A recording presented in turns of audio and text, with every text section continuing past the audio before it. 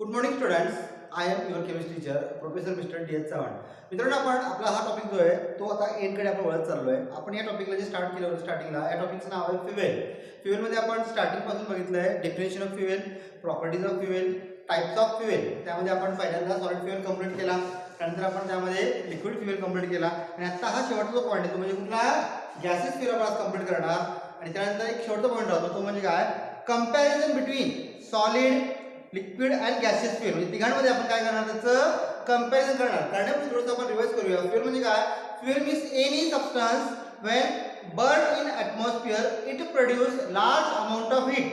These heat we have to convert or we have to use as a energy for our different purposes. की ज्या सबस्टन्सला आपण burn केल्यानंतर त्यातून heat मिळते आणि त्या हीटला आपण आपल्या इंडस्ट्रियल पर्पजला ॲज अ एनर्जी म्हणून काय करणार, यूज करणार. त्याच्या दोन प्रॉपर्टी. पहिली property calorific value. Calorific value म्हणजे काय, जो तुम्ही वेट घेतला फ्युएलचा त्याच्या तुलनेत तुम्हाला एनर्जी किती मिळते, how much amount of energy is obtained according to the weight of fuel. आणि दुसरी प्रॉपर्टी म्हणजे ignition temperature, the temperature at which fuel start to burn. ज्या टेम्परेचरला तुमचं फ्युएल काय होणार आहे, बर्न व्हायला स्टार्ट. एनर्जी मिळण्यासाठी ते हीट होणं गरजेचं आहे, ते बर्न होण्यासाठी त्याला स्वतःला हीट मिळणं गरजेचं आहे. त्या टेम्परेचरला म्हणलं आपण इग्निशन टेम्परेचर. त्यात पहिला संपवलं आपण अकॉर्डिंग टू फिजिकल स्टेट. याचे 3 point, solid fuel, liquid fuel आणि गॅसेस फ्युएल. प्रत्येकाच्या आपल्या सिलेबसमध्ये सॉलिडचं एक्झाम्पल होतं कोल. कोलचे आपण डिफरंट टाइप्स बघितले अंडर द अर्थ क्रस्ट व्यवस्थित स्टेपमध्ये. नंतर आपण त्याच्या अल्टिमेट अनालिसिस आणि प्रॉक्सिमेट अनालिसिस, की ज्यावरून आपण कोलची क्वालिटी डिसाईड करू शकतो. Who is a ideal Coal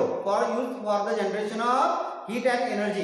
त्यानंतर आपण सेकंडमध्ये बघितलं लिक्विड फ्युएल. लिक्विड फ्युएलमध्ये एक्झाम्पल होतं आपलं petroleum oil, crude petroleum oil which is operating in the earth crust. It is a natural sources and artificial sources is refining the crude petroleum into various content like gasoline means petrol, diesel and kerosene. त्याचे आपण content बघितले, त्याचं fraction बघितलं, त्याच्या property बघितल्या.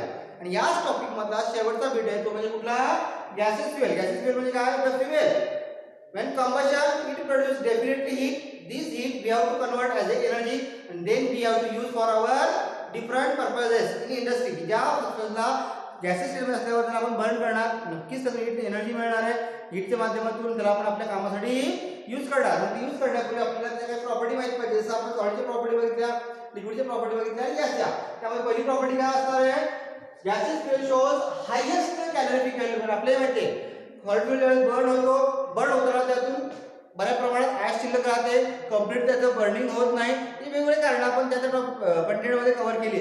पण गॅसमध्ये काय होतं, 100% कंबशन होते. कंबशन म्हणजे 100% हा फ्युएल बर्न होतो, त्यातून कुठली स्मोक बाहेर पडत नाही, ॲश बाहेर पडत नाही. आपल्याला ज्यावेळेला फ्युएल 100% बर्न होतो त्यातला मेन कंटेंट असतो तो कार्बनचा असतो आणि कार्बन एनर्जी प्रोव्हाइड करतो बर्न झाल्यानंतर. या 100% कंबशन होणार आहे कार्बनचं आणि याला असणार हायड्रोकार्बन, त्यातून मिळणारी एनर्जी पण हायेस्ट मिळणार आहे. म्हणून आपण लिहिलं पहिली point, highest calorific value, no ash or smoke. म्हणजे त्या ठिकाणी कुठले आपण साधं एक्झाम्पल घेतलं, आपल्या घरामध्ये आपण स्वयंपाक करताना गॅसचा वापर करतो. आपल्याला माहिती आपल्या घरामध्ये गॅस वापरतो तो एलपीजी आहे. त्याची फिजिकल स्टेट काय आहे, ज्यावेळेला आपण यूज करतो अंडर द प्रेशर सिलेंडरमध्ये तो लिक्विड फॉर्ममध्ये भरलाय, पण यूज करताना तो कुठल्या फॉर्ममध्ये यूज होतो, रेग्युलेटर आपण ज्यावेळेला ऑन करतो लिक्विडचं रूपांतर गॅसमध्ये होतंय आणि त्या ठिकाणी ज्यावेळेला बर्न होतं कुठलाही स्मोक नसते, म्हणजे धूळ नसतो, कुठल्याही त्या ठिकाणी ॲश नसते. म्हणून पहिली property high calorific value and no ash and smoke. लक्षात.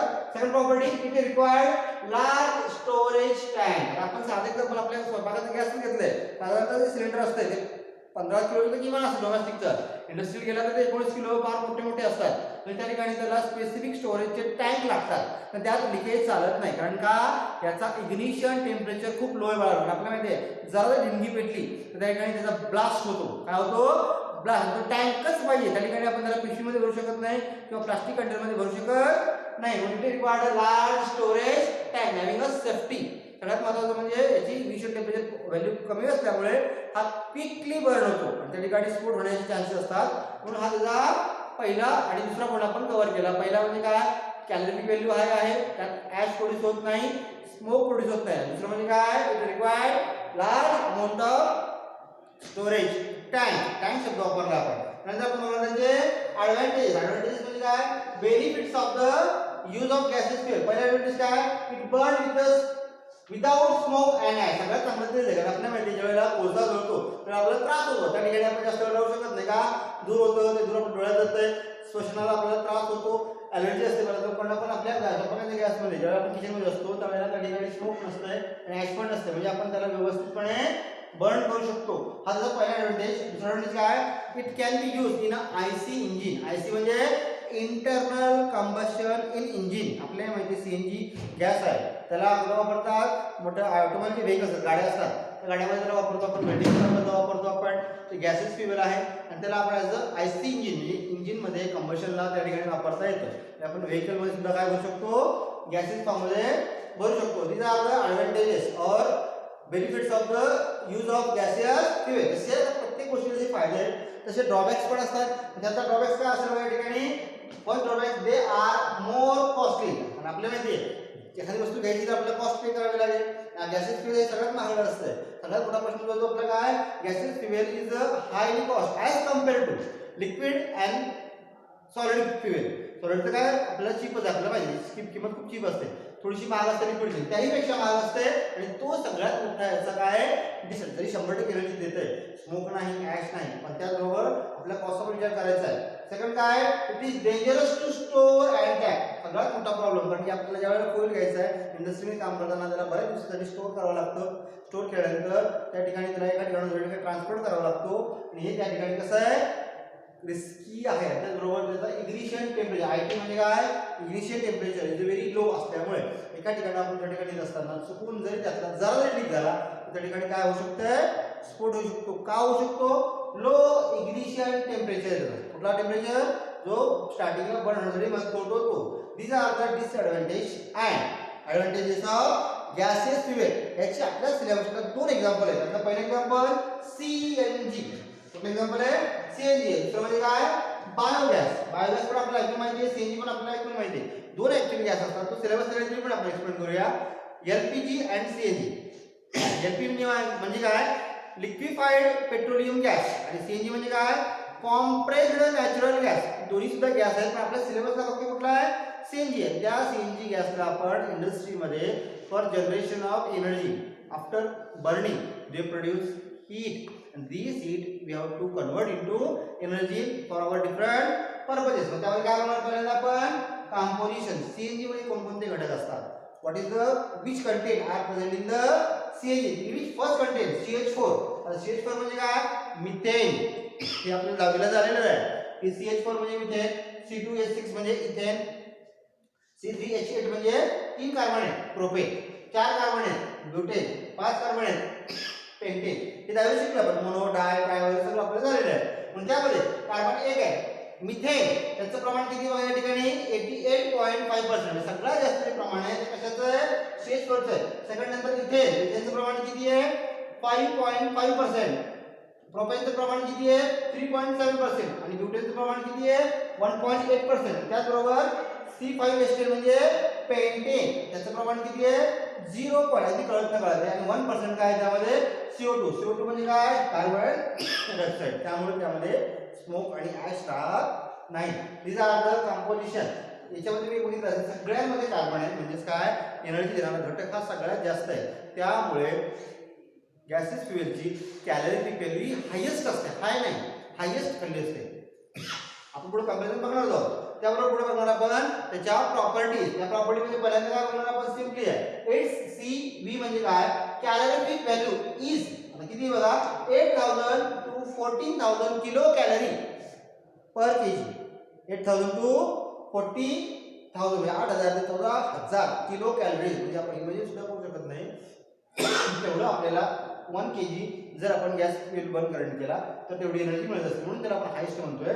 त्यानंतर it's ignition temperature is very high. याची पहिली प्रॉपर्टी इग्निशन टेम्परेचर म्हणजे काय, आपल्याला माहिती आहे याला आपण व्यवस्थित स्टोअर करतो. स्वयंपाकाचा गॅस रात्री आपण झोपताना नॉक बंद करत असतो, जर लीक राहिलं तर लगेच पेट घेऊ शकतो.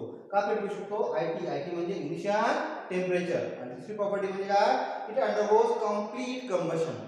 सगळ्यात महत्वाची याचं जवळजवळ 99.99%. एखादा आपण जोडूया, कारण का 1% CO2 आहे, त्यामुळे याचं 99.99% हे कम्प्लीट कंबशन होतंय. त्यामुळेच यातून मिळणारी कॅलरीफिक व्हॅल्यू हायेस्ट असते. These are the properties of CNG. Then use of CNG. Use म्हणजे काय आपल्याला माहिती, कुठं वापरणार याला आपण, CNG we can use in a automobile vehicle as a fuel. Automobile व्हेकलमध्ये तर आपण काय म्हणून यूज करू शकतो ॲज ए फ्युएल. त्याचबरोबर in industry for welding purpose कुठं वापरतात सीएनजीला इंडस्ट्रीमध्ये बऱ्याचशा ठिकाणी मेकॅनिकल वर्कशॉप जे असतात त्या ठिकाणी वेल्डिंग पर्पजला आपण काय वापरतात सीएनजी गॅस वापरतात. अशा इंडस्ट्रीमध्ये सुद्धा वापरतो आणि डोमेस्टिकला सुद्धा काय करतात सीएनजी गॅसचा काय होत असतो यूज होत असतो. हा झाला पहिला गॅस आपल्या सिलेबस असल्यामुळे. ऍक्च्युली एलपीजी पण असतो. एलपीजी म्हणजे लिक्विड पेट्रोलियम गॅस. त्याची कंटेंट वेगळे. एलपीजी कंटेंट आपण आत्ताच बघितले त्याच्या प्रॉपर्टी बघितल्या त्याचं यूज बघितलं.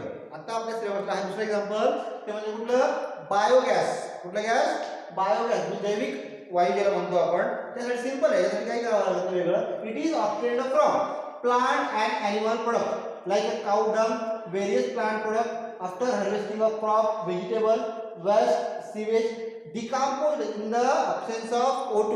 In the absence of O2 बायोगॅससाठी वेगळं काय करावं लागत नाही. आपल्या इंडियन कल्चरमध्ये आपल्या प्रत्येकाकडे घरामध्ये गाय असते म्हैस असते जनावर असतात त्यांच्यापासून आपल्याला माहिती आहे गोबर हे मिळत असते डंग ज्याला म्हणतो आपण. ते फक्त त्यासोबत प्लांटचे पार्ट ॲनिमलचे काही पार्ट त्या ठिकाणी आपण अंडर द ऑप्शन म्हणजे जमिनीमध्ये खड्डा करून त्या शोष खड्ड्यामध्ये त्याला कुजवणार डिकम्पोज करणार. डिकम्पोज केला तर त्यातून जो गॅस प्रोड्यूस होईल तो बायो आहे. कसा आहे तो बायो. त्याला काय म्हणायचं बायोगॅस. यातला सगळ्यात महत्त्वाचा कंटेंट जो असतो तो असतो मिथेन. कुठला असतो तो मिथेनचा. म्हणून त्या गॅसला आपण बायोगॅस म्हणतो. आता असा बायोगॅस आहे सगळ्यात महत्त्वाचं म्हणजे ॲनिमल आणि प्लांटच्या प्रोडक्टपासून मिळतो त्यामुळे याला फारसा करता येत नाही. मग आपल्या घरामध्ये आपण जो करतो यूज तो आर्टिफिशियल आहे. कसा आहे तो मानव निर्मित आहे त्यामुळे तो एका बऱ्याचशा प्रोसेसमधून त्याला तयार केला जातो त्यामुळे त्याची कॉस्ट कशी असते ही जास्त असते. पण या ठिकाणी बायोगॅसची कॉस्ट कशी असते खूप अशी कमी असल्यामुळे आपण त्याला यूज करू शकतो. म्हणजे पुढे बघणार आपण ॲडव्हान्टेजेस. काय बघणार आपण ॲडव्हान्टेज त्याचबरोबर डिसएडव्हान्टेज. ॲडव्हान्टेज पहिले काय असणार आहे इट इज अ इकॉनॉमिकल. कारण यासाठी आपल्याला वेगळा खर्च करावा लागतं काय उलट आपण ॲनिमल आणि प्लांटच्या वेस्ट पासून बेस्ट फ्रॉम वेस्ट ज्याला म्हणतो आपण चांगलं जे टाकून देणाऱ्या गोष्टी आहेत त्यातून आपण काय करतोय बेस्ट फ्रॉम वेस्ट असं आपण तयार करतोय. म्हणून हा कसा इकॉनॉमिकल आहे. त्यानंतर it is excellent fuel content 74% of methane. या फ्युएलमधून जेव्हा मिथेन मिळतो या ठिकाणी बघितलं सीएनजी मध्ये मिथेनचं प्रमाण किती आहे 88%. हा आर्टिफिशियल आहे. नॅचरल मध्ये सुद्धा 74% आहे. म्हणजे यातून मिळणारी एनर्जी पण कशी असेल मॅक्झिमम असेल. Heating capacity is high burn without smoke. म्हणजे याची हिटिंग कॅपॅसिटी पण कशी आहे हाय. आणि त्याचबरोबर हा कसा आहे विदाउट स्मोक न बर्न होतो. सगळ्यात महत्त्वाचं म्हणजे हा सर्वसामान्यांना परवडणारा आहे इकॉनॉमिकल आहे. Second property disadvantages. डिसएडव्हान्टेज काय जसं प्रत्येक गोष्टीला फायदा आहे तसा त्या ठिकाणी तोटाही आहे. त्यातला तोटा काय असेल बघा it require high capital cost. High capital cost. दुसरा म्हणजे काय use as a fuel required removal of CO2 and H2S. कारण ज्या ठिकाणी याला डिकम्पोज करतो त्यातून जे गॅस बाहेर पडतात ते याची विल्हेवाट लावणं थोडंसं अवघड आहे. एक्सप्लोजन चान्सेस म्हणजे देखील होण्याचे चान्सेस जास्त असतात.